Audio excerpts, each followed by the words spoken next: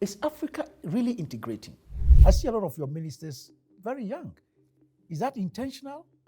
Yeah, it is intentional because here in Rwanda, we consider youth as Rwanda of tomorrow. John Maxwell once said that it all rises and falls on leadership. And leadership is what matters. That is probably what is lacking in many African countries.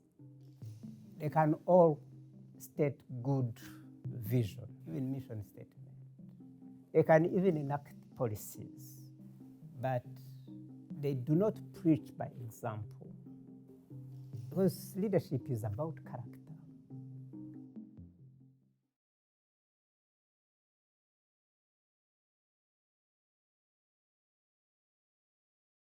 Let me welcome you to the Religion and Enterprise Television, a channel which looks at how we can promote SMEs development within the broad framework of the Africa Continental Free Trade Area and the Agenda 2063, the Africa we want.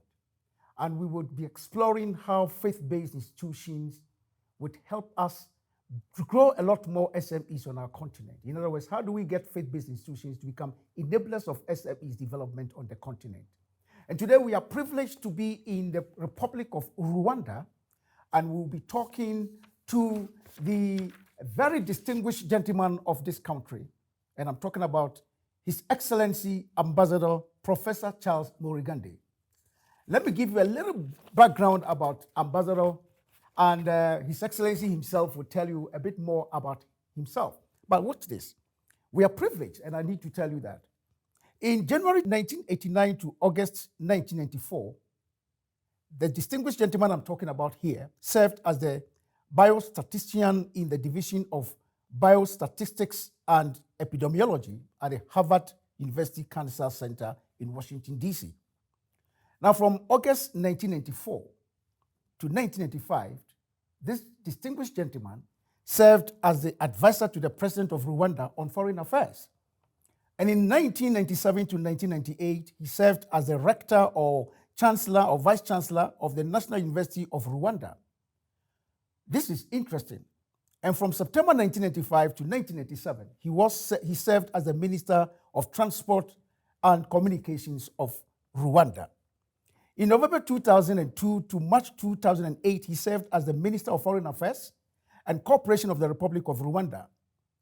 Ladies and gentlemen, from 2008 to 2009, he served as the Minister of Cabinet Affairs of the Republic of Rwanda. Then in 2009 to 2011, again, he served as the Minister of Education with Science, Technology, and Research portfolio of the Republic of Rwanda.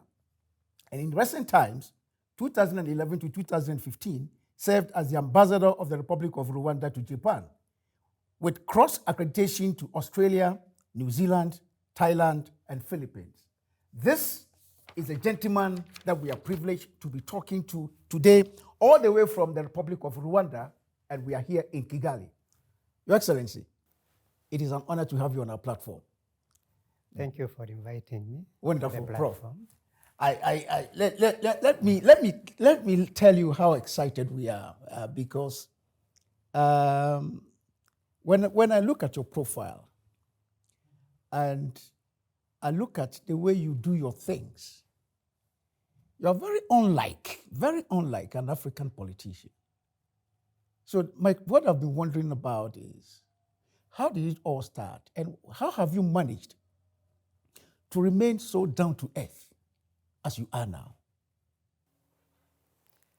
Yeah, thank you once again for inviting me to this platform. You're asking me how I do to remain down on earth. I think it is because there is nothing of more value in my life than that of being a son of God. My faith in God, my knowledge that I was a sinner and got saved by the grace of God is more valuable than anything that this world can offer me. And that is why whatever I have achieved by the grace of God did not change me.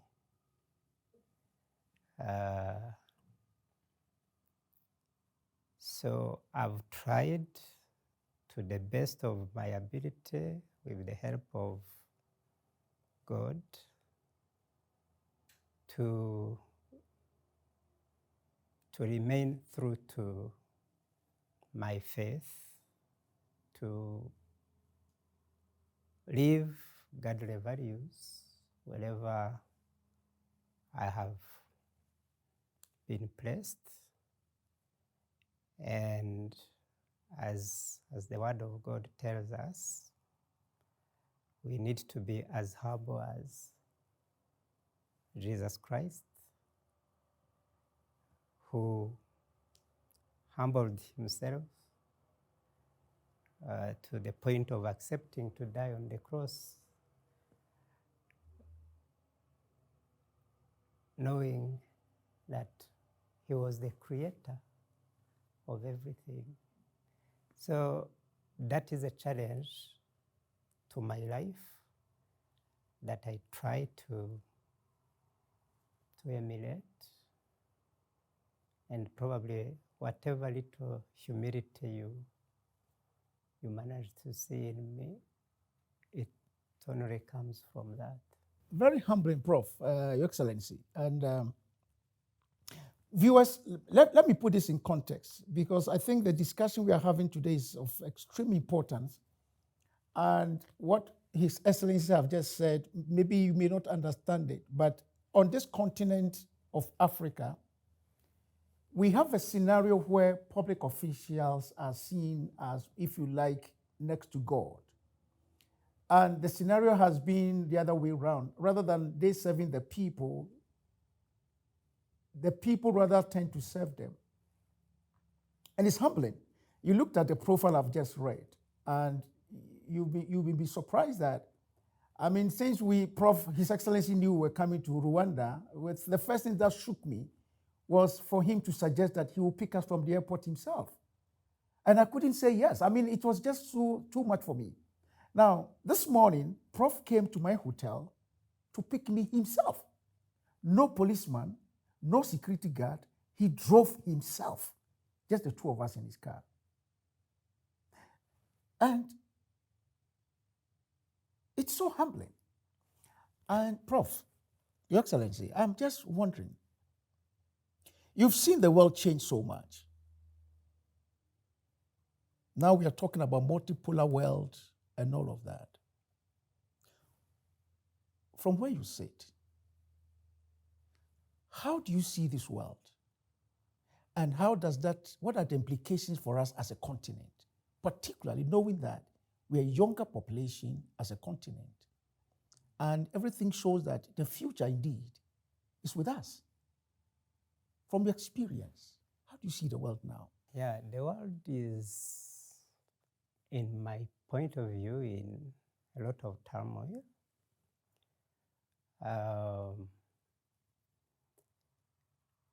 If you look at the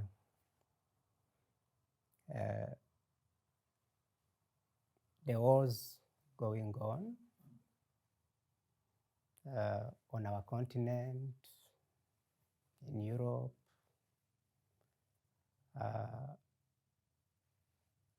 it gives you the impression that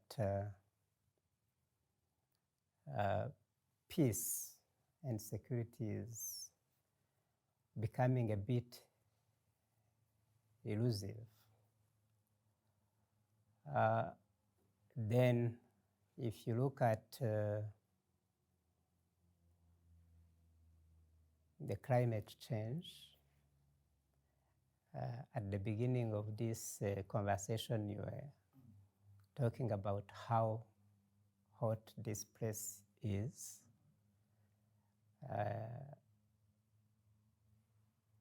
This is the first time in Rwanda we are seeing 3 months without rain. And this is not an exception. We've been hearing a lot of record temperatures all over the world,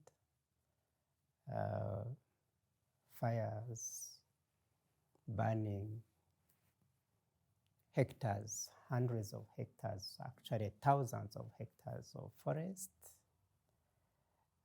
Even the skeptics who did not believe that the climate change is real, I think, are being educated by the facts. We see a lot of conflicts, political conflicts, economic conflicts between the West and the non-West. If you look at how China and the US are at the loggerhead. So you see really the world evolving a bit dangerously. If you look a bit back, because the world is so connected, you've seen in 2007, 2008, the financial crisis that all of a sudden, because of the bankruptcy of one bank, the Lehman Brothers, affecting the entire financial system, of course, with the subprime crisis. More recently, you've seen the COVID-19 closing down every human activity.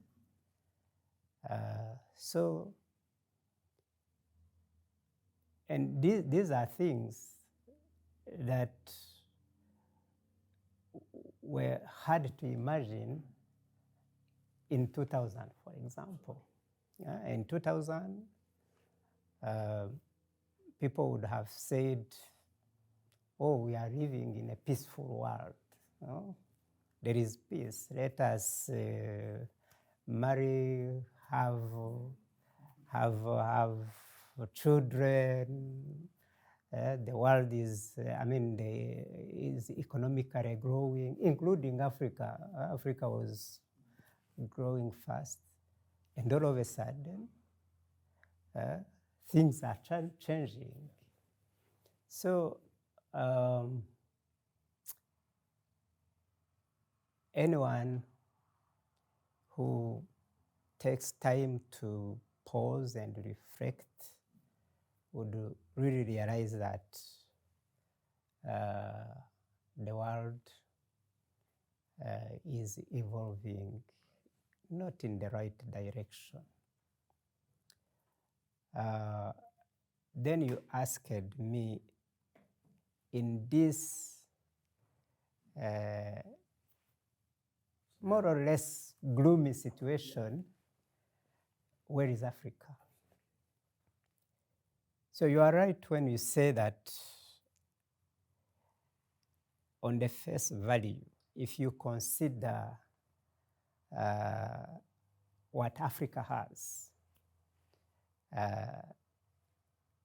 Africa should be dreaming of becoming the next frontier of growth, because we have huge natural resources, we have growing population. Normally the two combined, if Africa was to really do the right investments, first and foremost, invest in its population by providing the right education, good education, of course, ensuring that we have a healthy population. Then we can benefit from our natural resources, of course, on condition that we stop just exporting our raw material and start the transformation of our raw materials, engage into the beneficiation process. That would probably put our continent in a position of really taking advantage of all those potentials, because up to now we are just a potentially rich continent. Potentially. So how do we transform the potential into reality? That is the challenge, I think, for our leaders. And when I say leaders, it's not just political leaders. It is leaders of across the society, be it private sector leaders, civil society leaders. They must collectively work to create conditions for taking advantage of our huge population, what economists call demographic dividend, and also our natural resources. But we must be conscious that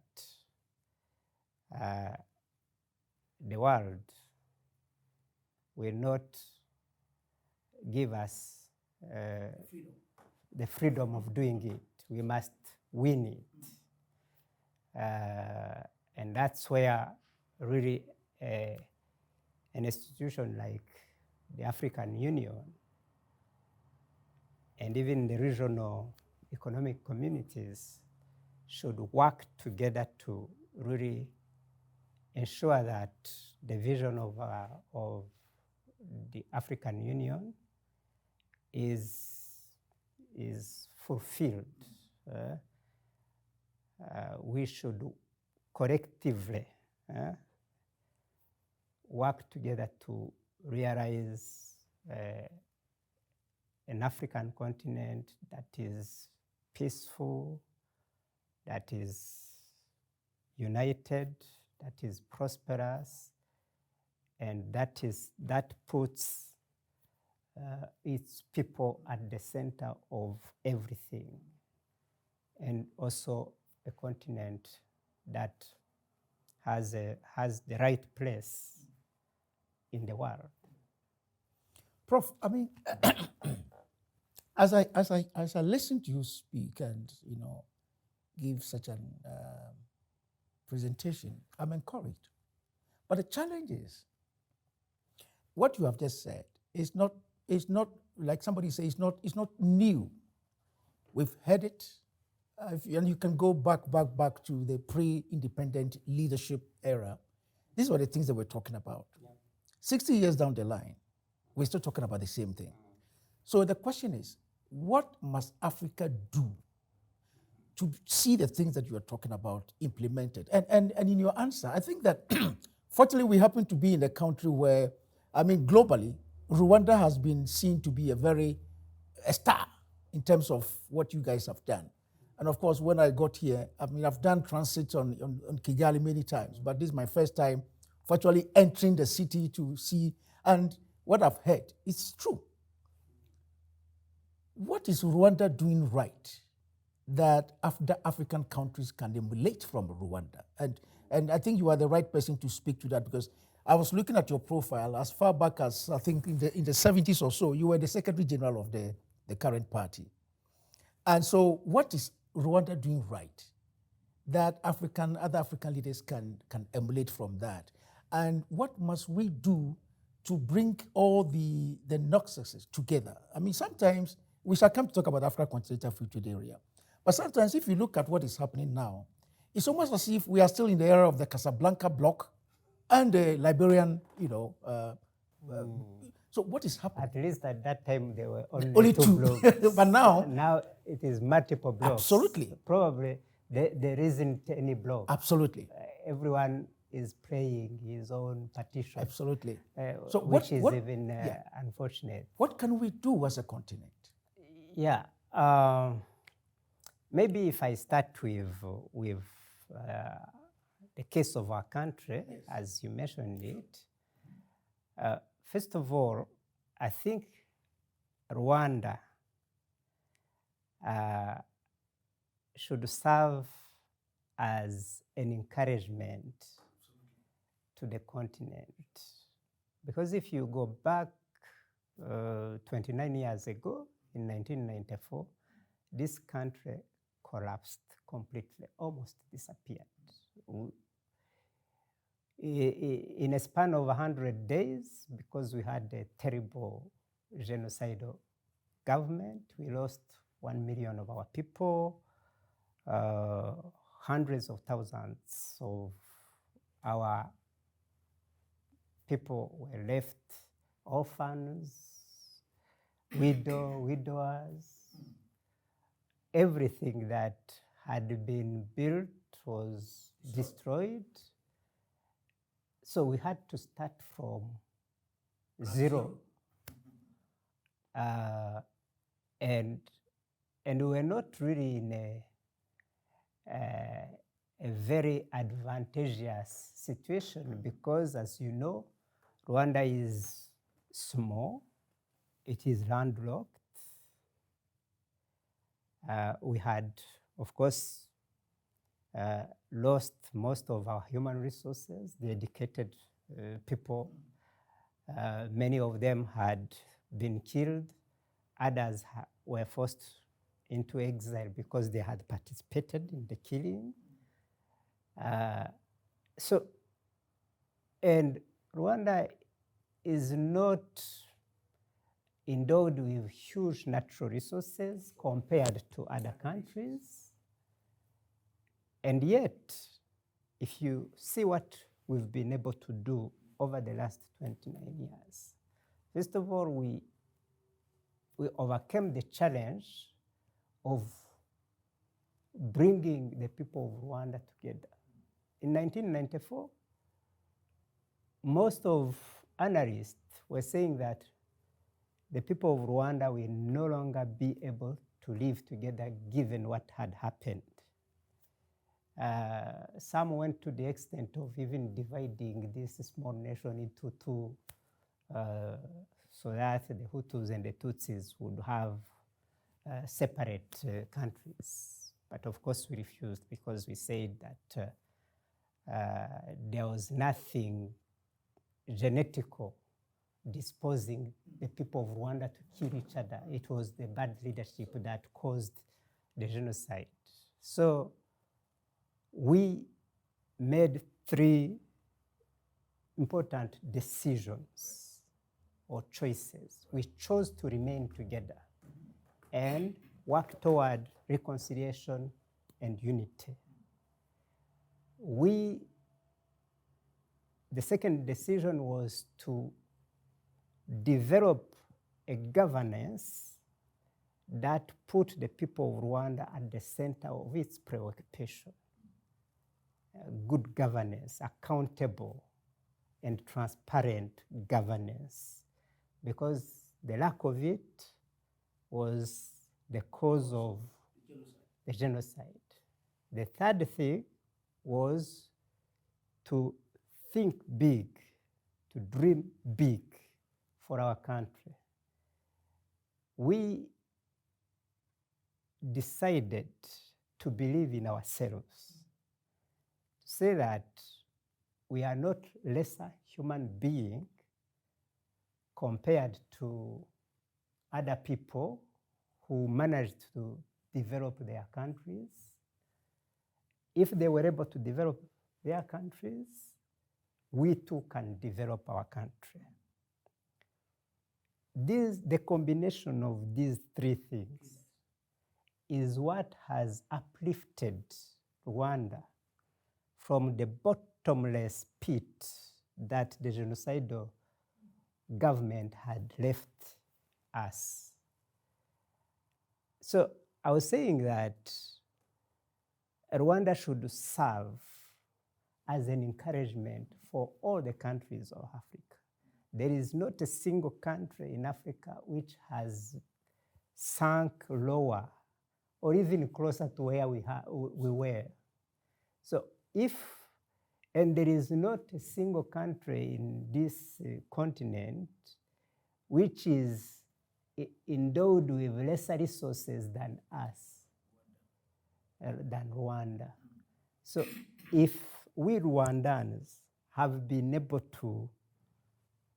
to uplift ourselves from where we were, surely any African country can uplift itself where it is and take itself to greater heights. So we did it indeed by these three pillars. We must unite our people. And we must have a transparent and accountable governance. Both the governors and the governed should have responsibilities and execute these responsibilities transparently and accountably. That's what we do here in Rwanda. And we should never, ever accept the poor mentality. We must operate on the basis that whatever other people, whatever good, of course, whatever good other people have done, we are able to do it. And that's really what every individual country of Africa needs, and that's what every regional economic community of Africa needs, and that's what Africa as a whole needs. Interesting. If you have just joined us, this is the Religion and Enterprise Television. And today we are privileged to be in the Republic of Rwanda, and we are talking to the former Foreign Minister of the Republic of Rwanda, who also served as the Minister for Education with Technology and Science, who also served in different portfolios, and in the person of His Excellency Ambassador Professor Charles Murigande, who has been talking to us about the issue of Africa and development. And we've been having such an interesting conversation. If you have never subscribed to this channel, please subscribe to this channel, share the link, and pass your comments. Let's all grow the continent that God has endowed us with together, so that together we can make Africa indeed the future of the world. Prof, this is interesting, but I want to take you back to one statement you made, that during the genocide period, many people either were killed and then they lost, and some also left, including the educated elites. Leadership is a process. And I think we all agree that one of the cardinal challenges of our continent is the issue of the three pillars you mentioned: transparency, in other words, good governance, and making people the center space and the centerpiece of everything that we talk about, and boosting the morale, the confidence of our people. So my question is, Prof, what process did Rwanda go through? Because here you are, you have a lot of people who were either displaced, some have left because of their participation and everything. How did you start the process? What can Africa learn from that? In other words, for over almost 3 decades now, Rwanda is a star. So how did the few leaders who were left manage to govern everybody, bring everybody on board? What processes did you put in place to ensure that the younger generation, you close the leadership gap and all of that, so that other African leaders, and here we're not only talking about politics, we're talking about business, SMEs. I mean, I've been to Kigali today, and I've seen it's flourishing. So the private sector, what within the 3 pillars that you've mentioned, what processes did you did you, if you like, initiate so that other African countries, other private sector institutions in other parts of the continent can also emulate? Yeah. First of all, if I go back to the immediate aftermath of the genocide, the Rwandese Patriotic Front, which fought, defeated the genocidal government, would have been justified to govern alone this country, because it is almost the natural or universal law that the winner takes all. But the Rwandese Patriotic Front, under the leadership of our president, I would say the extraordinary leadership of our president, Paul Kagame, made a decision of not governing this country alone and invited people from all walks of life and put in place a government of national unity, which was truly, truly representative of the people.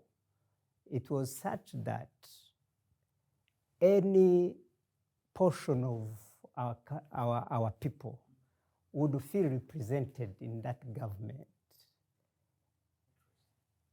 Therefore, would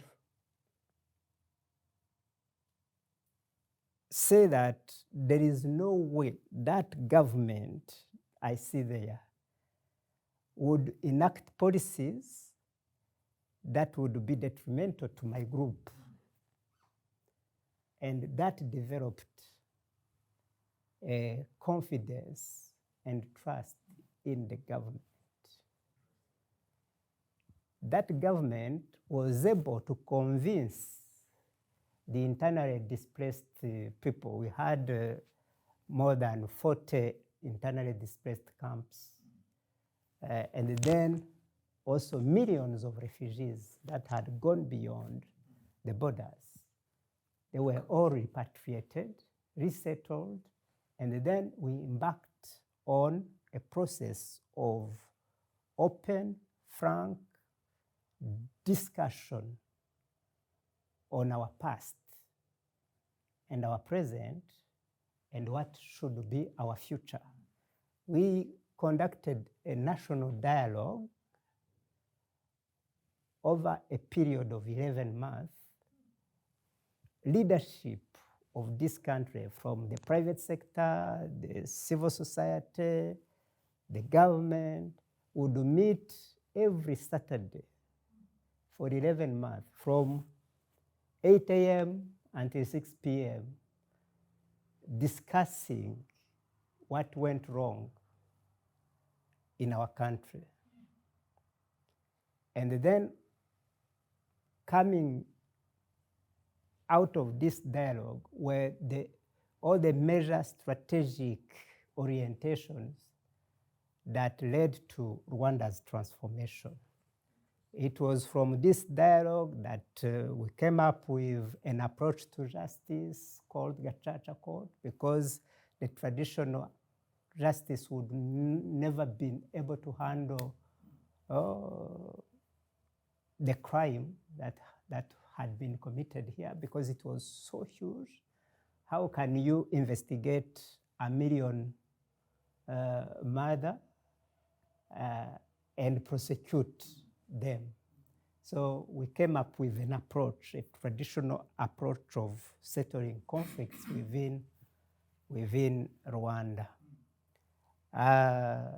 It was through that dialogue that we came up with Vision 2020 that set up our priorities for development. It was through this dialogue that we came up with an approach to democratization. We said that confrontational democracy would not be good for a very fragile country like Rwanda. We decided to have a consensual democracy, democracy that put indeed the people of Rwanda at the center of everything. So it was through that dialogue, which started at national level and was cascaded down up to the hill, every village, that really we set the fundamentals of this republic of ours. So of course, what was immediate was to bring back law and order, repatriate people, build peace, reconcile people, build unity. But we also recognize that though peace and security, though unity are very important, are fundamental for the existence of our country, these cannot feed people, these cannot clothe people.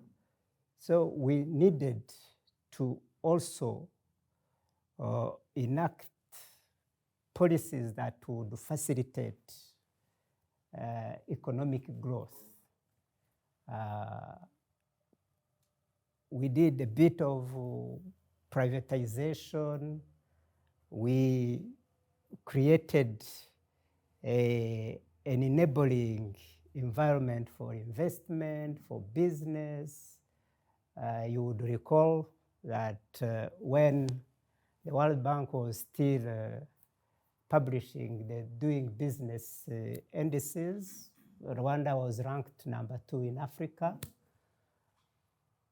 All that created conditions for Rwandans themselves to believe in their country and invest in their country, but also foreigners to trust this country and start investing in this country. So those are the processes we put in place that eventually led to the transformation you see in Rwanda today. Interesting. So Prof, let me ask. I know you've mentioned it about the continent and all of that. How hopeful are you about our continent in the future? I know from the way you have spoken, but here you are, unemployment is rising, and generally, yes, across the globe, but in Africa, because like I've always said, if you go to Europe, they have a safety net. If the young person is not working, at least every month he has some, but in Africa, it's not like that. We are not creating more jobs as a continent. Technology we shall come to technology since you're a science man. So my question is, how hopeful are you about this continent? On one hand, we have all the reasons to be hopeful because of the things I mentioned before, because we have all the potential, and there is discussions about what should be done to take advantage of the potential we have. You see a number of committed leaders that are doing it with the hope that others would emulate them, because my conclusion from observation, not all of us can be innovative, but every one of us can emulate So if there are countries that are doing it right, it is my hope, and I truly have that hope, that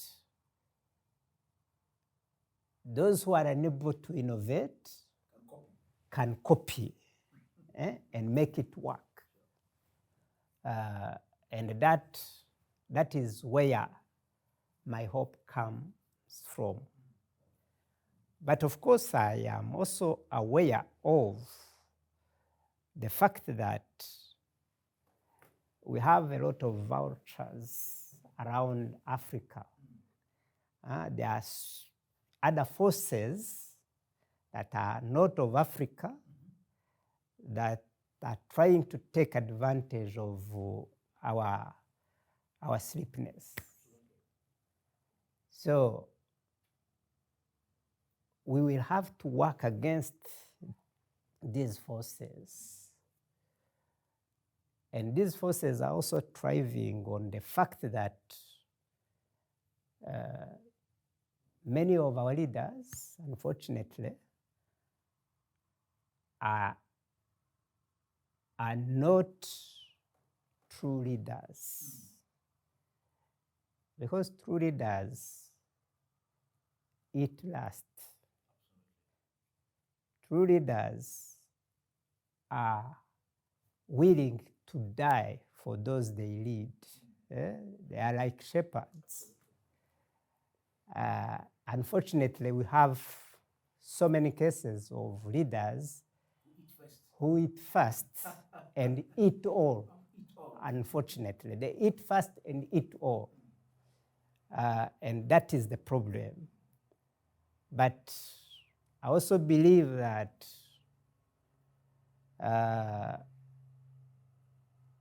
when our people will see cases of success stories on the continent, whether the leaders emulate their peers or not, the people will force them to emulate them or to leave. So my hope comes from the fact that there are countries that are successful, and that success is demonstrating that our continent is not hopeless. It is possible on our continent. Development is possible on our continent. Progress is possible on our continent because some countries have done it, and they have done it not because they were well off than us. In some cases, they've done it despite the fact that they were in even worse situation than where a country X is. Therefore, that country X is going to be encouraged to do it. And that's where my hope comes from. Interesting. We'll talk about faith-based institutions, especially when we come to the reconstruction process of Rwanda. Because I'd like to know what role did faith-based institutions play? Because Rwanda is not different from any other country in terms of religiosity and all of that. But before we do that, Prof, let's talk about science and technology and innovation. You're a professor of mathematics and innovation and all of that. Are you very confident about the trajectory, the way Africa is going?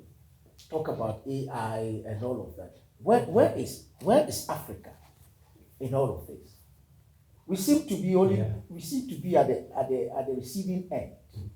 I mean, go back to, for example, during the COVID time, immunization, the drugs, where even where Africans wanted to manufacture their own, the World Health Organization said, no, you couldn't, because we don't have the patent right and all of that. So when it comes to ICT, science and innovation and all of that, where is our continent? And I'm glad to be talking to a scientist. It is a fact that our continent is far behind other continents, especially Europe, North America, Asia, we are far behind. But we should not feel condemned to remain far behind. There is something we can do to move fast. And the good thing is that, unlike development based on heavy industry, development based on knowledge can move faster. Because if you've invested in the knowledge, in the good training of people, if they are very well trained, and you create conditions for them to feel that they have the freedom to innovate, they can quickly move forward. And actually, that's why in a country like ours, when we're discussing on our development, taking into account of the fact that we were a landlocked country, very far from the coastline, because the closest port is at 1,400 kilometers. We said we will not develop heavy industry here and be competitive in the world. The cost of transporting whatever good we would have manufactured to the nearest port would cancel out any profit we would do. Yes. Then we decided to invest in knowledge-based economy. That's how, for example, we invested in the broadband. I think we were the first country in Africa to have close to 100% coverage of 4G. Here, even if you go in the thick of our park, you have 4G network. Then we invested in the training of the people who will use that IT infrastructure that was laid in our country. That's how, for example, we negotiated with Carnegie Mellon University, which is one of the top technology universities in the world, to come and put a campus here so that we can train top IT engineers. Because we are convinced that if you have well-trained engineers, software developers, they can develop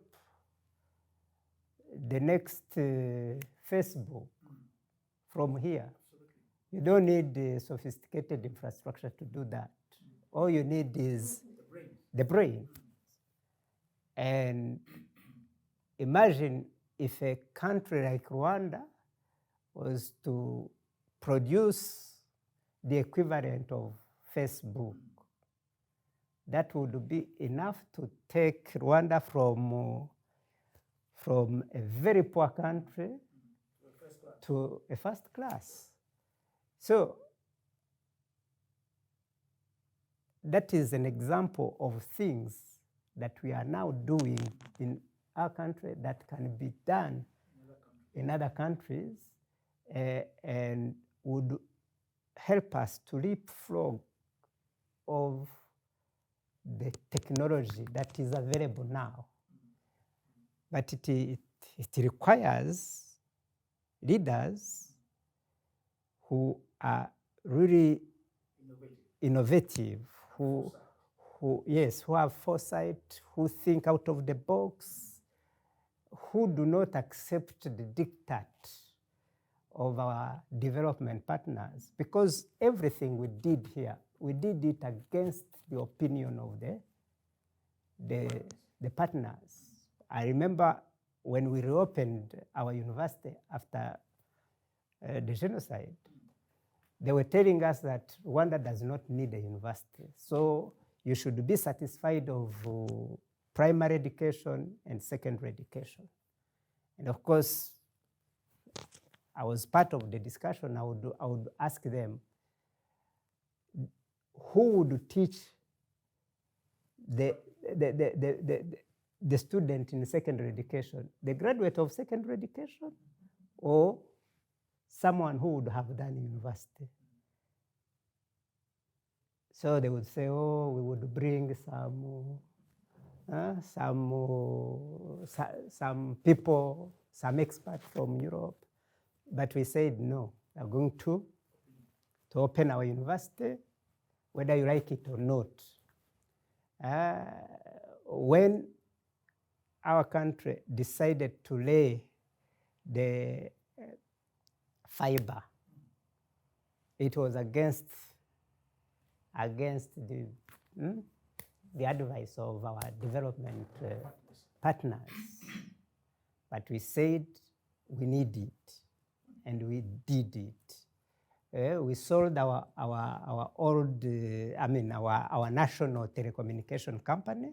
We sold it, and the proceeds of that sale was used to lay the fiber, because we had invited private telecommunication companies. And these private telecommunication companies were not keen on laying the fiber. They were saying it is costly, the country is poor, we are not sure that we would recuperate our investment in a reasonable time. And then we did it for our people. So that's, you need leaders who see what should be done and do it, whether our development partners like it or not. It is the same when we decided to transform this country of ours into a hub for conferences and also build our economy on tourism. We started building a hotel, Serena Hotel, and all our development partners were saying, this is a wasted investment. So we told them, we are going to build it. We are not asking you to stay in it. But of course, from the day one we opened the hotel, all of them started so on and so forth. And when we decided to make Rwanda a hub for conferences, the MICE policy, I mean, people were saying we are just daydreaming. You have Nairobi around, you have Joburg, you have, and within 4 or 5 years, we are at par with Nairobi, if not, we have even gone beyond Nairobi. So it's a question of believing on the right choices you are making, and then commit yourself to deliver on that. Interesting. If you have just joined us again, this is the Religion and Enterprise Television, and we are discussing the role of faith-based institutions in promoting SMEs and business on the continent, particularly within the African Continental Free Trade Area. Today we are privileged to be in the Republic of Rwanda. We are talking to the former Foreign Affairs Minister of the Republic of Rwanda, the person of His Excellency Ambassador Professor Charles Murigande, who has been helping us understand the core developmental pillars of the Republic of Rwanda and what Africa can pick up from those things. Prof, I mean, from your discussion, it's obvious that leadership is a core issue. Whether it's technology, whether it's people development, whether it's economic development, and whether leadership is a matter, and indeed a big one. So my question is, with all your experience and all of that, what is Africa getting wrong when it comes to leadership development on our continent? And what can we do to address that particular issue? I mean, from your experience, especially from Rwanda's, yes, yes. What you are saying is right. I think Pastor John Maxwell once said that it all rises and falls on leadership, and leadership is what matters. And actually, Napoleon once said that if he was asked to choose an army of lion led by a rabbit and an army of rabbit led by a lion, he would choose the second one, an army of rabbit led by a lion. He was emphasizing the role of leadership. And frankly speaking, whatever we were able to achieve here is due to the good leadership we had in the person of President Paul Kagame. But of course, even if we were to talk to him, he would say he didn't do it alone. But leaders don't do things alone anyway. So they are able to, first of all, point to the right direction. And they are able to inspire others to go with him to that destination. That is probably what is lacking in many African countries. They can all state good vision, even mission statement.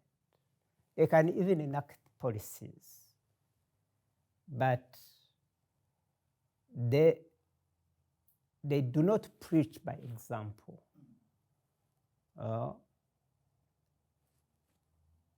Because leadership is about character. When you have the right character, the skills can come. The skills can be acquired.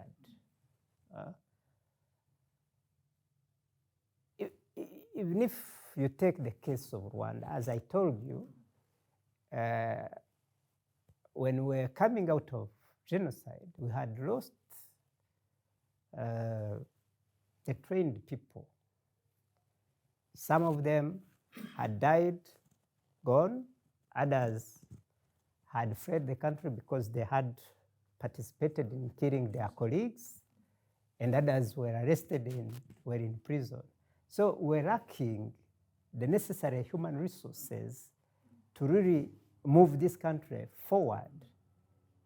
But we invited Africans, and even beyond Africa, to come and help while we are developing our own. So that's where I'm saying, if you have the right character and if you know where you are going, you can acquire skills. You can purchase skills, you can develop skills, but primarily, you need to know where you are going and to go there with discipline. So you're asking me, what can we do with Africa? How can we develop leadership in Africa? First of all, we need to have people who wants to be leaders. And leadership is not a privilege.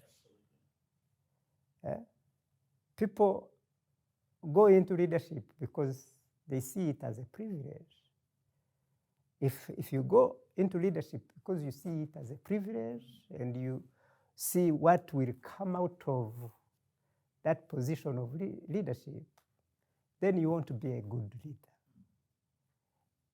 Leadership must be approached from the angle of service. A leader must undertake that journey of leadership because she wants to serve.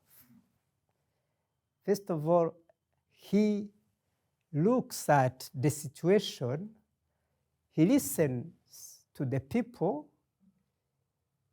and like God looked at the people of Israel in Egypt and listened to their groaning and was touched by what he saw and descended to change the situation. Leadership should operate that way.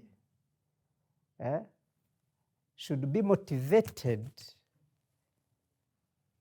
by the desire to change the situation.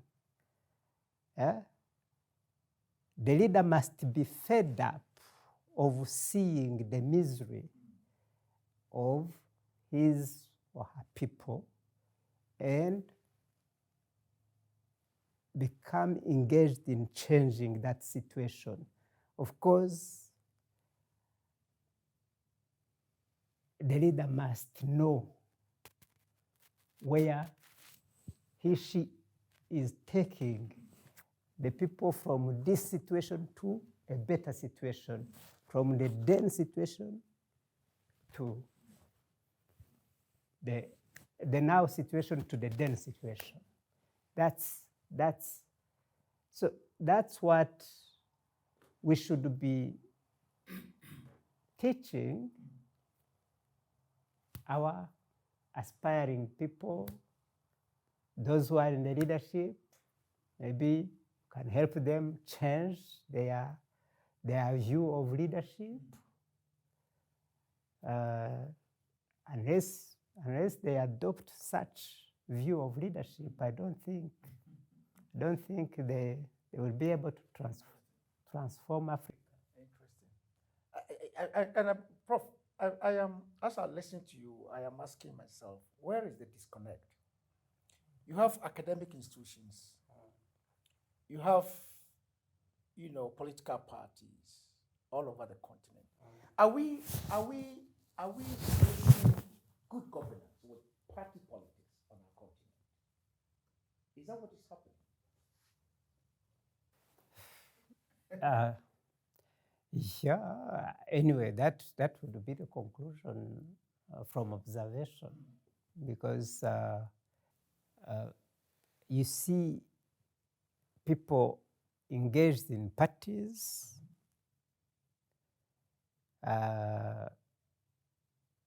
just to capture power, but not every time for the good motives, for the right motives. Many of them want to capture power and enjoy the benefit of being in power.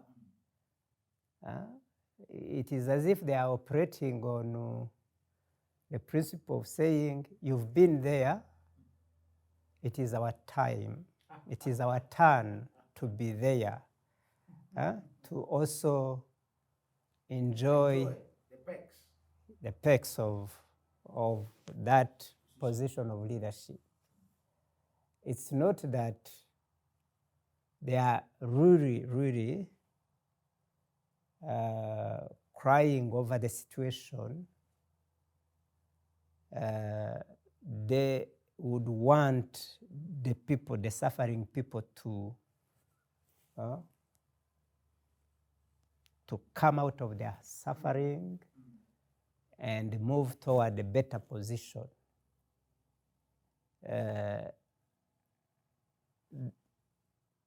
Even though in their discourse, that's what they would tell the people. But deep in their hearts, they are more motivated by what they are going to get for themselves and their families from the position of power. So maybe there is need to continue to educate from our children. I mean, even in our schools, in our secondary schools, university, what leadership really means. It's not about the four-wheel drive you are going to be driving in. It's about what you are going to do to improve the living conditions of the people. It is what you are going to do to transform the potential of your country into economic growth, into progress and development. Well, let's go back to the technology matter. Today you have a lot of our young people. Almost every young person on the continent has a smartphone. And with the social media stuff, are you concerned about the effect it's having on our cultural values and what have you? Today we are talking about LGBT, talking about all kinds of things. Young people, families can't even have a decent, table dinner. Almost at every function, people are on their phones, checking WhatsApps and what have you. This is not very African. Are you concerned? Yeah. I mean, I would say that whoever is not concerned has no heart to see the ravages that social media is visiting upon our young people. First of all, I mean, social media is not all bad. Technology is not all bad, because with social media, with internet, with this, a lot can be done. You can learn a lot. Basically, knowledge has been democratized through technology. But technology comes with a lot of bad stuff. And somehow, maybe it's a human nature. We are easily attracted to bad stuff than good stuff. Probably it is because of our fallen nature. From Adam, we are attracted to sin. That's why, for example, if you look at let's say YouTube, I'm told that people have done studies and have shown that more than 40% of the content in YouTube is pornographic.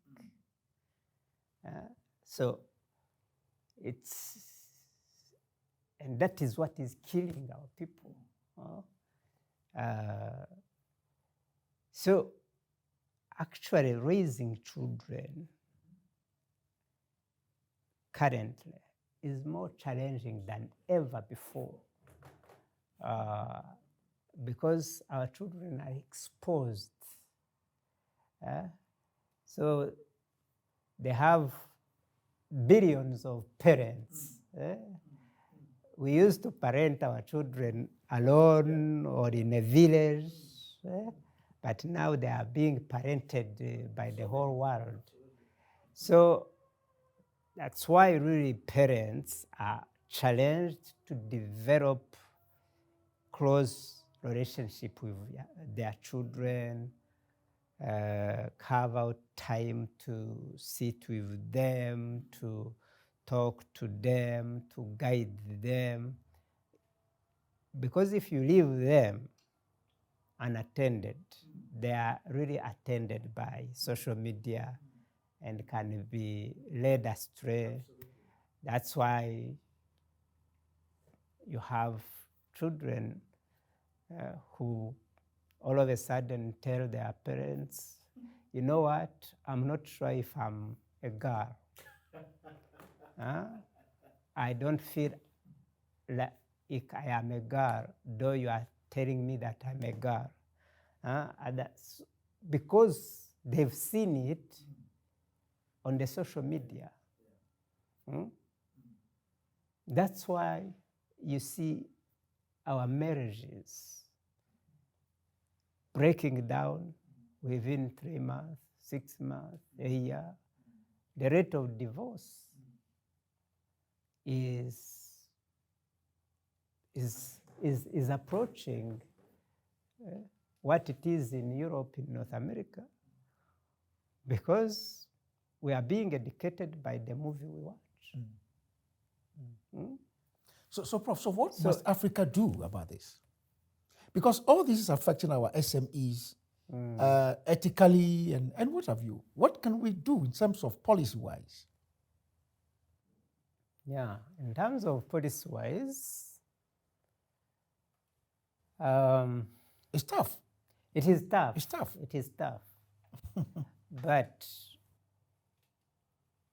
we can also be inspired by what is being done in some other countries, even though it is not popular, because our mentors on democratic values would tell us that this is infringement on freedom of rights, of expression, of rights. But I really think that given the fact that we have softwares, we have equipments that can filter some of these things, I would be of the opinion that some of these should be filtered out, and we should protect our children from being exposed to things that are nocive, that benefit nothing but rather kills. Like so what China is doing. Like what China is doing. China is doing Absolutely. it. Is doing it. You can't be in a hotel in China and watch a pornographic film, and they will tell you if you are not happy because you do not have access to a pornographic film, don't come back. It's okay. If you can't respect our values, our culture. Yeah. So we should. I think Africa should know what is right and what is good for itself, and stand firm on that, and impose the world to respect them the way they are, and tell the world that in order to live with you, in order to cooperate with you, I do not have to look like you. So, because I did not even ask you to look like me. For you to cooperate. So how much more are you asking me to look like you? Yes. So I think interesting. It is a challenge. Interesting. And I hope our African leadership, the AU, will really say of this although there is not unity, there are some who pride themselves of being more open, more liberal than some of the Western countries, but we can let them join the Western world, but agree to really stick on good values. If you have just joined us again, this is the Religion and Enterprise Television, and we are privileged to be in the Republic of Rwanda, and we are talking to the former Foreign Affairs Minister, a distinguished professor, His Excellency, who have said in different capacities in the government of the Republic of Rwanda, the person of His Excellency Ambassador Professor Charles Murigande, who we are privileged to be hosted by him, and we are talking about how do we ensure that Africa becomes indeed the future of the world that we all dream it to be. Here we're talking about the Africa Continental Free Trade Area. We're talking about Agenda 2063. We're talking about our youth. We're also talking about the whole SME development on our continent, and that is what has brought us here in the Republic of Rwanda in the Kigali. Your Excellency, again, let me take you back to the issue of the Africa Continental Free Trade Area. You are an accomplished diplomat, par excellence, I must say. Is Africa really integrating? And I'm asking this question because if I go to America, for example, I mean, you are asking, how do we trade amongst ourselves? Whereby, for me as an African, for me to enter anywhere in the continent, Except Rwanda. yes, Except in Rwanda. you have to get a visa. Yeah. And sometimes the process is even 2 days, 3 days before you can leave, and all of that. Even a month. How do we promote trade amongst ourselves, knowing that most of our SMEs are in the informal sector, who don't have what somebody said, deep pockets and stuff like that. The person is doing, he's a dressmaker in Rwanda. He's got a partner in, say, in Nigeria who wants him to export things to him and all of that. No, our currencies are not exchangeable. So, are we really on the path of integration? Yes and no. I think I say yes, we are on the path of integration because there is that desire and commitment and will on the part of our leaders. That's how the Africa Continental Free Trade Area was agreed upon, conceptualized, agreed upon. Instruments for materializing it are being developed. So there is that resolve. I think all our leaders understand that the future of our continent is in that. I think we all understand that not a single country on our continent, even the biggest countries such as Nigeria, Algeria, and others, would not survive on their own.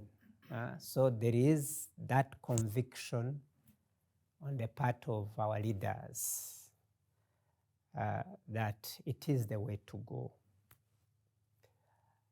A lot has been done regionally. We have some regional economic communities that have moved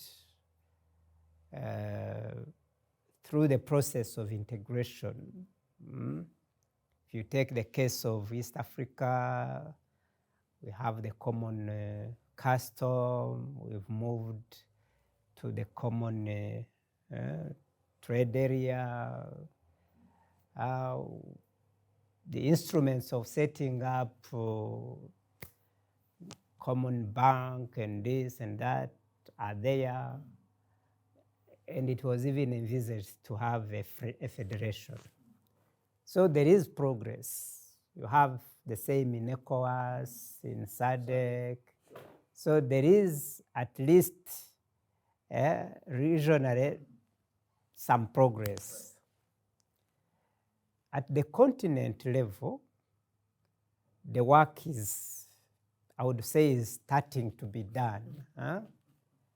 But it is going to be difficult a bit because lack of infrastructure.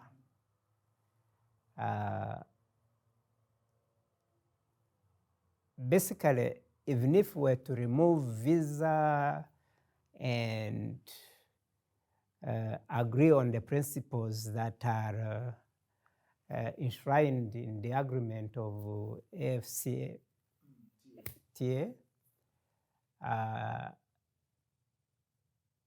we would still be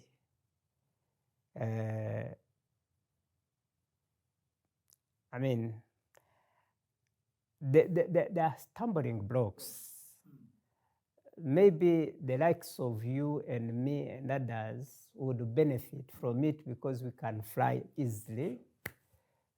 But how many Africans have the capacity to fly? So if we really want to integrate, we need to develop infrastructure, routes, roads, railway, so that people can move.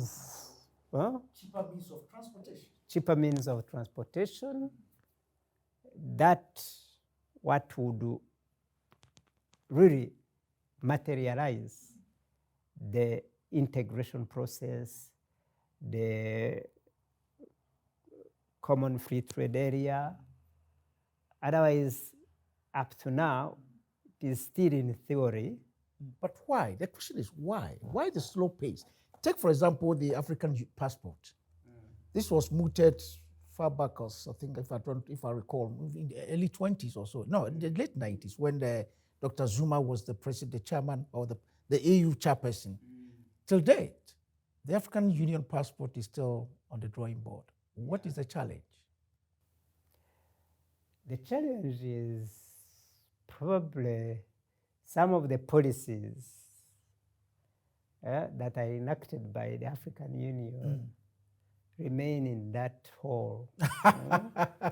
But I thought the heads of states meet almost every year. Twice a year, Twice actually. a year. Mm-hmm.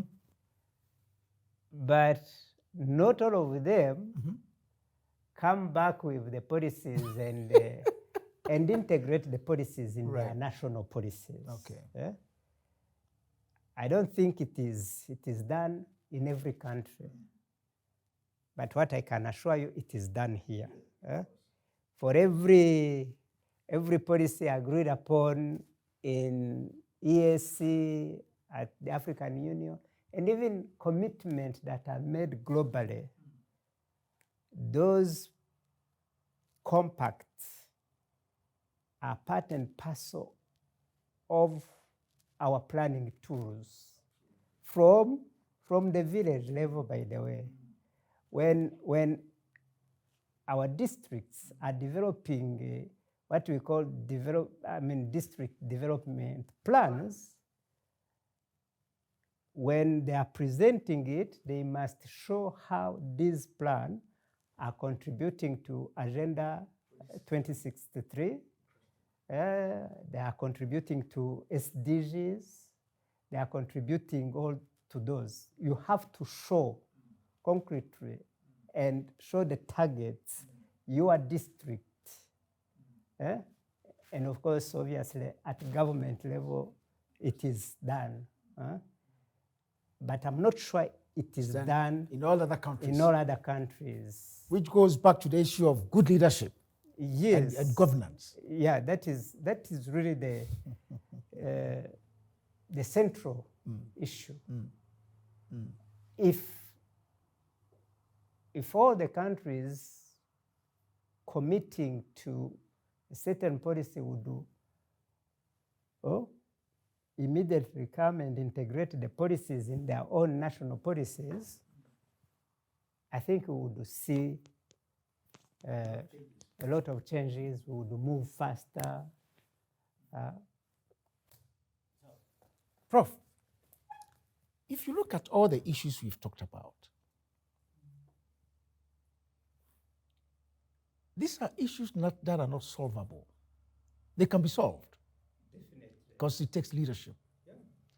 Now, you are talking about a continent whereby almost every African seems to be religious. They're either in the church or in the mosque. I don't know about the Rwanda statistics. But most African countries, 90% to 99% either go to church or in the mosque, including the politicians, the policymakers, the managers, whether district, regional, whatever. They are in the church or in the mosque. Do you think our faith-based institutions have been sidelined in the national governance? Yes and no. They have not yet they have not been sidelined because these faith-based organizations are made of people. And these people are where policies are being elaborated. The issue is, do they take their faith into the place of policy making? Because if they were to do that, then you wouldn't even be asking that question. Their faith, their values would be reflected in the policies they adopt, the law they vote, they enact, and even the plans of actions they implement. I think the problem is how probably we have discipled our people. The faith-based organization, the churches, the faith-based NGOs, are they discipling their members and then deploying them wherever they go to live those values? It is only when they do that that they can affect the governance, be it national or regional or continental.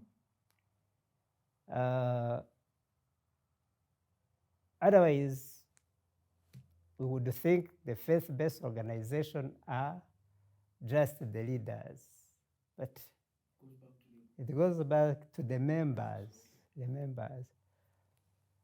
And of course,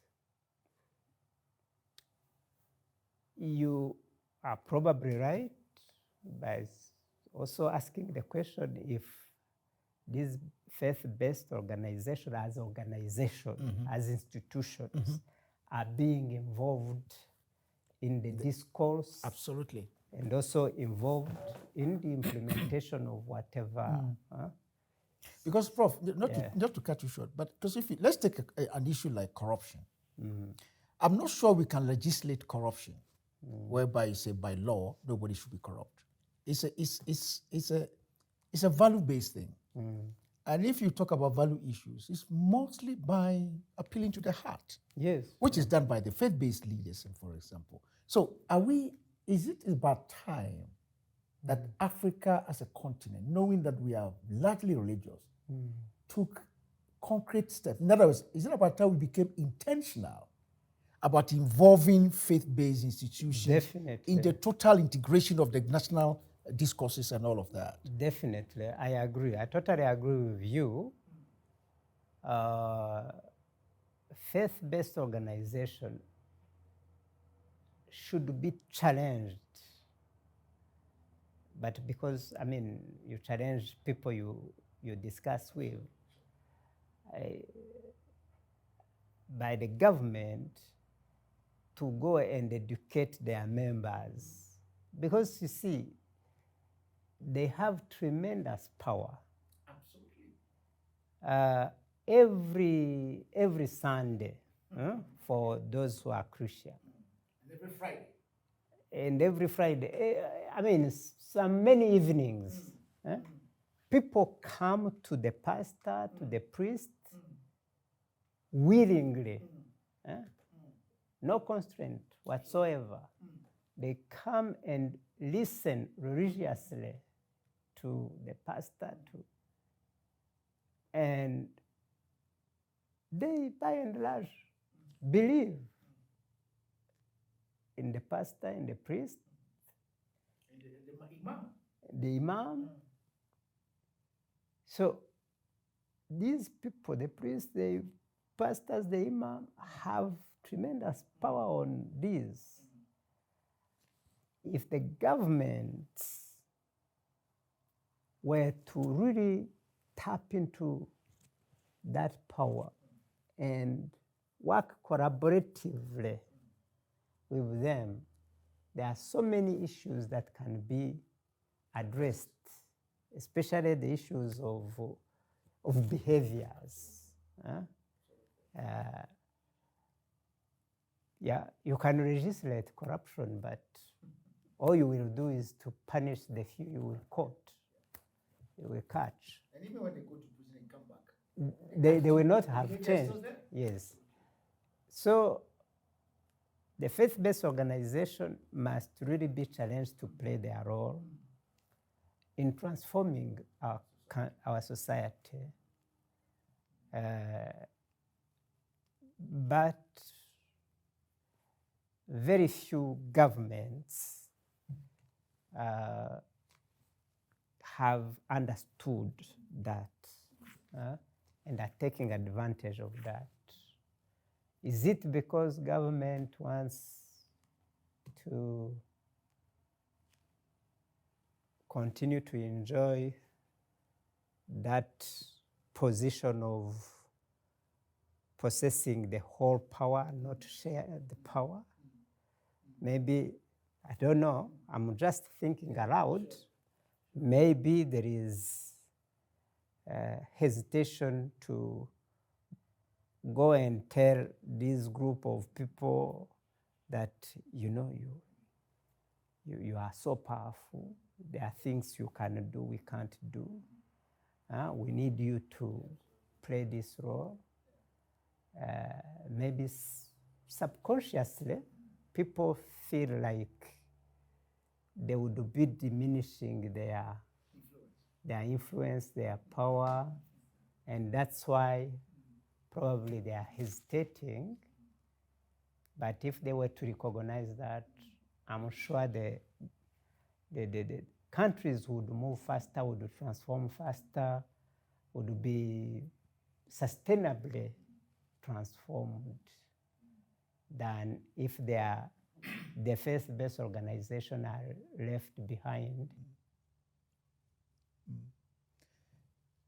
Let's look at religious pluralism.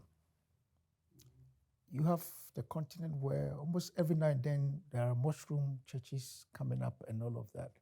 And I don't know how far this is true about Rwanda, where there is, I don't know whether it's a legislation that before you can be a pastor, you need to go to school. You need to get a theological certificate or something like that. If it's true, what informed that? And how has that impacted on the sanitization of religious issues in the country? And what can other African countries learn from that? What informed that? Yes. Is it true? Is your first part of the question. I mean, the statement you made. Absolutely. Every now and then, there are churches mushrooming in every neighborhood. Good. So the government of Rwanda felt that you can't just improvise yourself as a leader of people. I like that. Because a church leader is a leader of the people. So you must have some minimum qualification to lead people, even if it is in that particular area of leadership. So the government said that even in matters of religion, there is some knowledge that you require, that should be acquired in order for you to go and be on the pulpit and start preaching. You preach from what knowledge? So we enacted a law that requires leaders of churches to have a theological degree. If you are a university graduate from any other field, you can get a postgraduate certificate in theology, and that would be sufficient, because it is assumed that even your other training has made you a Cartesian person. So it was done to discourage this mushrooming of people who have impact on the populace and are not prepared to lead people. So that is a requirement. The second requirement is that you can't just put a church anywhere, anyhow. You must have minimum decent conditions, because you are bringing people together. Do you have sanitaries? If people come with cars, do they have parking? You should not come and disrupt the neighborhood and block all the roads around because there is a church there. No. If you are a church, have parking. Discipline. So, and for the requirement of a theological degree, there was a time that was given to the practicing pastors. They were given, I think, 6 or 7 years to have acquired a degree. So many of them went back to study. Wow. Yeah. So if you couldn't, ultimately the church would be closed. Wow. Or you would recruit Somebody someone who is qualified to come and be the leader. So this idea of I've heard from God, God says I should start a church tomorrow. No. It's not allowed in Rwanda. No, it's not allowed. And how has that?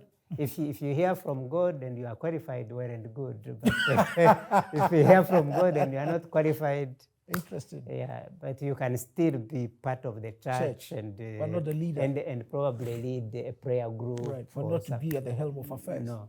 How has that helped? I think it has really helped. First of all, if you go to all our churches, people are praying in decent places. Those who failed to meet the minimum condition, the churches were closed. They were closed. The other thing is that at least people have biblical foundation. They do not just speak out of what they feel the Holy Spirit has told them. Yeah. Welcome back to Religion and Enterprise Television, where we discuss issues to do with faith-based institutions and how they can become enablers of SMEs on our continent, particularly within the broad framework of the Africa Continental Free Trade Area and the Agenda 2063, the Africa we want. And today we are privileged one more time to be in the Republic of Rwanda, and we are talking to the former Foreign Affairs Minister of the Republic, who have said in different capacities, including Minister of Education, Technology, and all of that. And it's been an exciting conversation, and this is where. Now, if you have not yet subscribed to this channel, please do subscribe and share it with all your colleagues and friends so that together we can work together to make Africa the future of the world. Prof, It's been an interesting conversation with you today. And there's one other thing I wanted to ask you. What is the strategy of Rwanda's intergenerational leadership process development? I see a lot of your ministers very young. Is that intentional? Yeah, it is intentional because here in Rwanda, we consider youth as Rwanda of tomorrow. So it's a philosophy of life here. So there is a conscious effort to make the young people part and parcel of the leadership of Rwanda, of even the ruling party.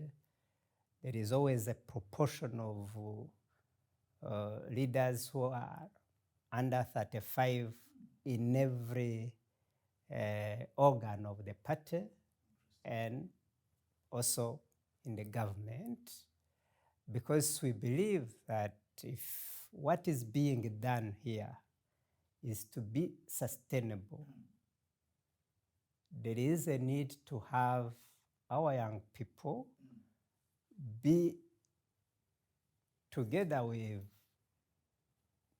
the current leaders, see how the current leaders are handling things, learn from their thought process, their methods of work, so that they can continue the work that is being done. We don't want to just be there as leaders who stopped the genocide, undertook the Herculean task of recreating this country, and then be there until we die, so that the others can come in. So we want to have everyone involved. So there's a systematic mentorship program going on. Yes, yes. It's like the president meets young people from all walks of life twice a year. Wow. And he's take a whole day to sit with them, discuss with them. They are free to ask any question, how he organizes his life. They can even ask what he eats. But of course, they ask more serious questions about how he handles the pressure of the world. Because if there is a country that is always under pressure, it is Rwanda. How do you handle such pressure? So, and it is from this type of resolve to involve the young people that even leaders emerge. If you look at the average age of our ministers, I think it should be around 45. Yeah. Average age of our permanent secretaries is probably 35. Interesting. Yes. 35? 35. The average age of the MDs of parastatals is around 40 or 35. So that's because we believe, logically speaking, these people might lack experience, but they are more skilled than us, the old generation. They are well trained, because we send most of our brilliant youngsters to go and study in the best universities. Wow. And we are very lucky they come back usually. So you are using the Chinese approach. Yeah. China shipped millions of their brightest brains out to Harvard, Oxford. Yes, that's what we've been doing also over the last few years. And so they come, they might not have the experience of But you guys are there to people, mentor them. so we are there to mentor them. They are with us, and because they are fast learners, they take over quickly. Interesting. This is interesting. I mean, like you said, if Rwanda has done it, there's no reason why other African countries cannot do it. And I like the idea of you don't just allow the development partners to bulldoze their ways, around. You have clarity of wherever you are going. That is, I would say that is one of the drivers of our development. We have never allowed any external partner to dictate us anything. We've been bold to tell them that this is what we want for our country. We believe we know our country better than you do. And we believe we are no less human being, we are not less intelligent than you. You are wealthier than us, but in terms of brightness, some of us were in your universities and were performing better than those who are advising us from your place. So you should trust our wisdom, our judgment, and if you really care about the development of our country, you listen to us and you support us in what we want to do. Initially, they tended to say that we are arrogant. Obviously. That's what they would say. Yes, but with time, they came to appreciate it. And one other thing they have with time appreciated is that when we say we are going to do this thing, we deliver. When we say we are not going to do it, we don't, no matter how you try to twist our arm, even if you are as powerful as the countries I won't cite, we would stand firm and say no. And this has really helped us in terms of moving fast and achieving what we want, not achieving what they want. Interesting. So when you cast your mind down the line, the next 30 years, how do you see Rwanda? Yeah, in 30 years, we have actually currently, I can just say that we have our current development vision is up to 2050. So we see Rwanda as part of the lower part of the developed world. We want to be a country where the GDP per capita would be the current value of $15,000. That's what we aim at. Whether we achieve it, that is another story. At least you are aiming high. We are aiming high. Maybe we are saying that if we miss $15,000, we Come to land 10,000? 12,000. Or not even 10, 12. Yeah. I like that. That's interesting. So that's interesting. Yeah. I like the optimism. Yeah. And of course, there's clear evidence that it's achievable with what you guys have done so far. Prof, we're bringing our discussion to a close, but are you concerned about the African family in terms of our culture, our ethics, our values within the current global multipolar systems that we find ourselves? Technology and everything. Are you concerned? Yes, I'm concerned. Somewhere during our conversation, I mentioned the fact that marriages are being broken within 3, 6, 1 year. The rate of divorce is slowly approaching that of US, Europe, that is a huge concern. In the past, when I was growing up, I had no knowledge of a broken marriage. Sometimes I look around in the refugee camp where I grew up. I grew up as a refugee, by the way, in Burundi. And I knew not a single family that had broken.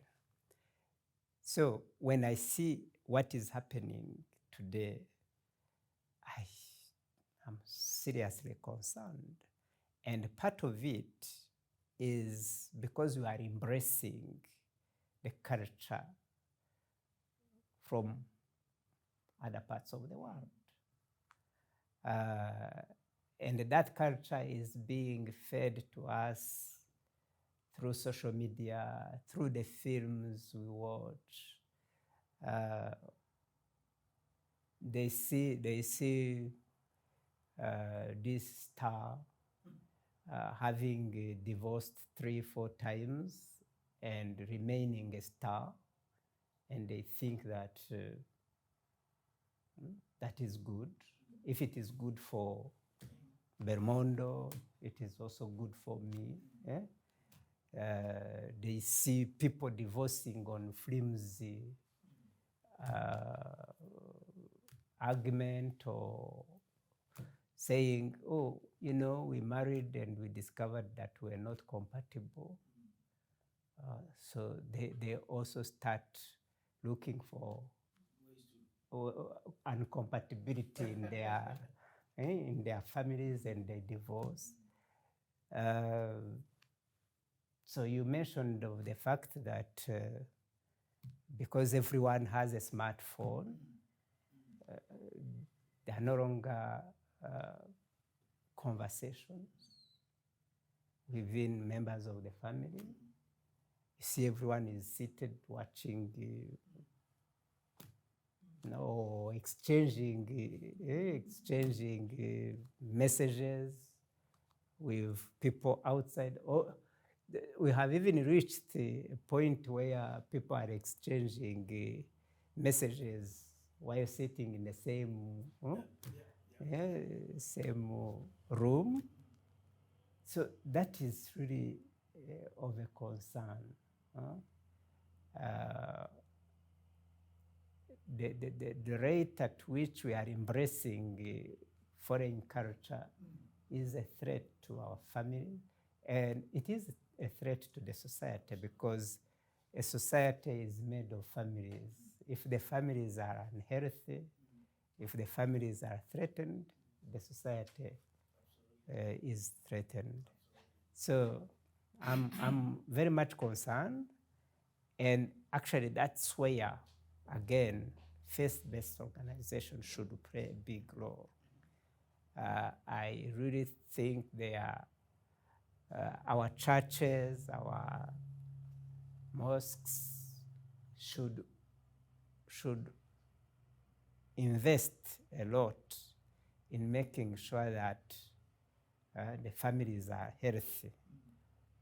They should mentor the young people, let them understand the responsibilities that is vested on a couple when they marry, not a responsibility towards themselves, but towards the society. And of course, we who are Christian and believe in godly values, Christian values, ensure that these Christian values become the foundation of the families. Interesting. Prof, it's been an interesting conversation, and that's the lead camera there. And we are saying that Africa is the future of the world. Now, we've discussed quite a number of issues, from technology to governance to leadership to businesses and all of that. With your parting words of wisdom, you've served in different capacities of the current government, and now just a while ago you mentioned that you were a refugee in Burundi, which we never got to go into details. I just want you to share a bit of your background with us in your parting words, and then what sort of hope can you give to the teeming African young people on our continent, and also the current crop of leaders that we have on our continent? What must they do to learn from the experience, the examples of Rwanda and all of that, from governance, from business, academia, and all of you? What could you tell them in this lead camera? If you can tell us a bit about how you started, your background, and all of that, and then we take it from there. Yeah, I just mentioned that I grew up as a refugee because my parents left Rwanda in 1960. I was 2 years old during the first pogrom, anti-Tutsi pogrom that happened in this country. So I grew up as a refugee, and whoever has been following the life of refugees in the world would know that it is a very painful situation to be in, to be a stateless person. But by the grace of God, I was able to study, did my primary and secondary education and part of my university in Burundi, thanks to the contribution of many well-wishers and also the UNHCR. And I got a scholarship through UNHCR to go to Belgium. That's where I did the rest of my education, including my PhD. And eventually, after working 2 years after my PhD in Burundi, I got to go to the US and worked there for 6 years. During my time in the US, my brethren who had lived and grown up as refugees decided to really fight for an end to the statelessness, and I joined, not physically, because at one time they eventually took up arms and fought the government that has maintained them in exile for 30 years plus. I supported them by trying to educate the American public about the justiceness of the cause. Then I came back after the genocide was stopped to give my small contribution to the rebuilding of this country. As I said at the beginning of this conversation, Rwanda was completely destroyed. But as you can be a witness, Rwanda is a fully functional country.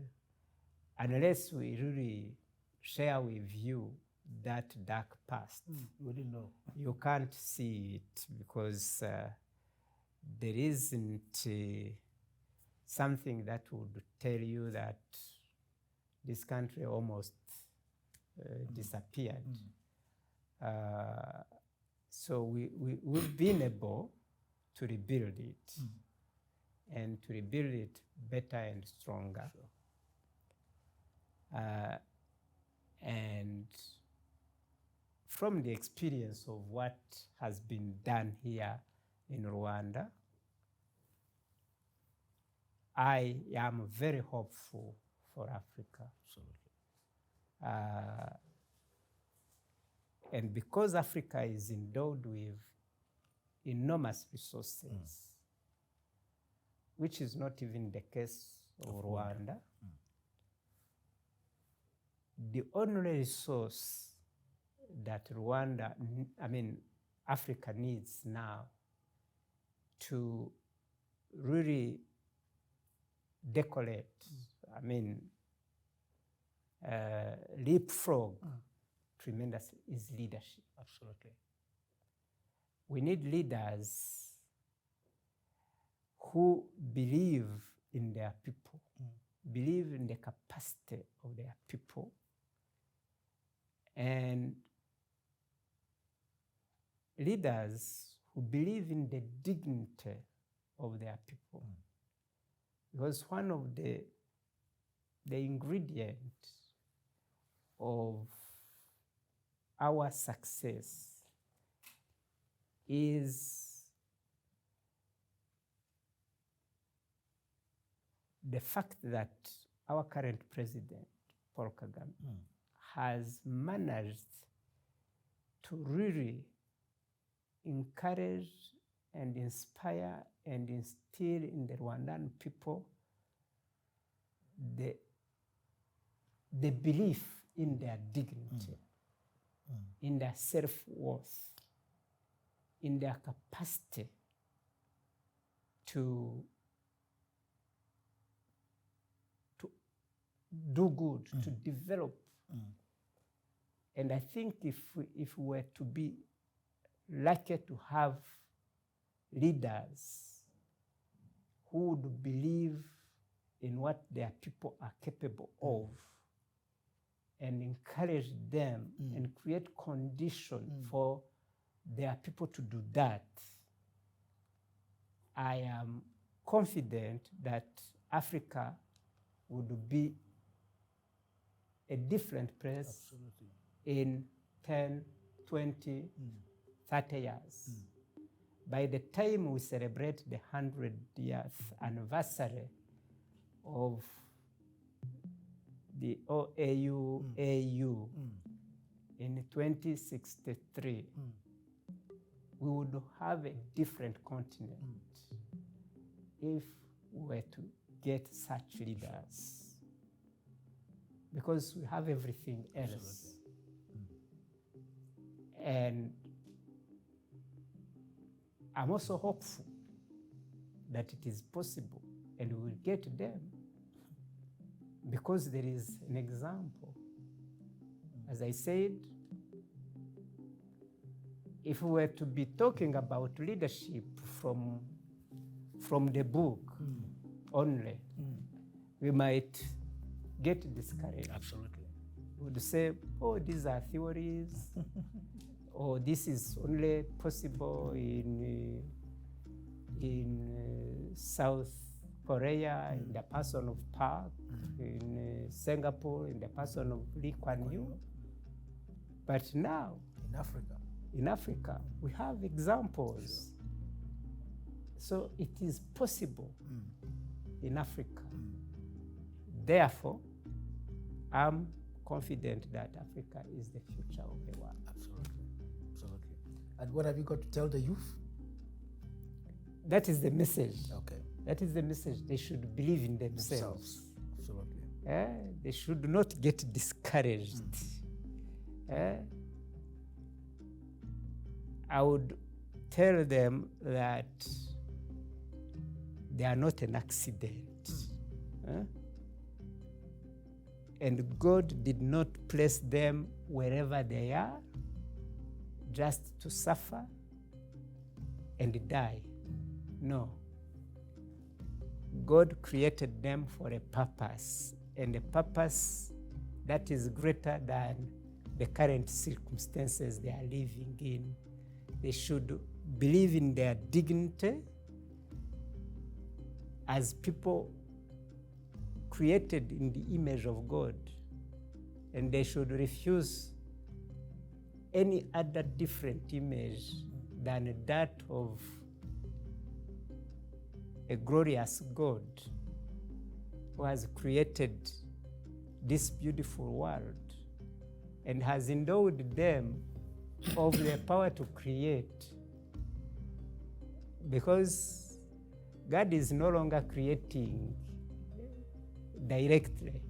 God is creating through them, and they should really accept that and live that and believe that they have that power of innovating, of creating, of improving on the current circumstances they are in.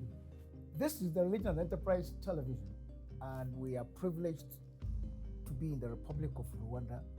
And today we've been privileged to have the former Foreign Affairs Minister of the Republic of Rwanda, the person of His Excellency Ambassador Professor Charles Murigande, who has been gracious enough to share quite a tremendous amount of his time with us today, discussing the issue of faith-based institutions on our continent, the issue of leadership, the issue of good governance, and above all, what we can all do as Africans, believing in ourselves and knowing that we are not lesser human beings, that if we believe that we were created in the image of God, God did not make the mistake of making us Africans. And therefore, if Rwanda can do it, there's no reason why Africa cannot become the nation, the continent that God wants it to be. His Excellency, Prof, I cannot thank you enough. Thank you so much for your time that you have shared with us. And as I've indicated, I am very, very humbled with your sense of humility. And it's amazing. And I pray that the God that you and I believe in will continue to sustain. Africa needs you.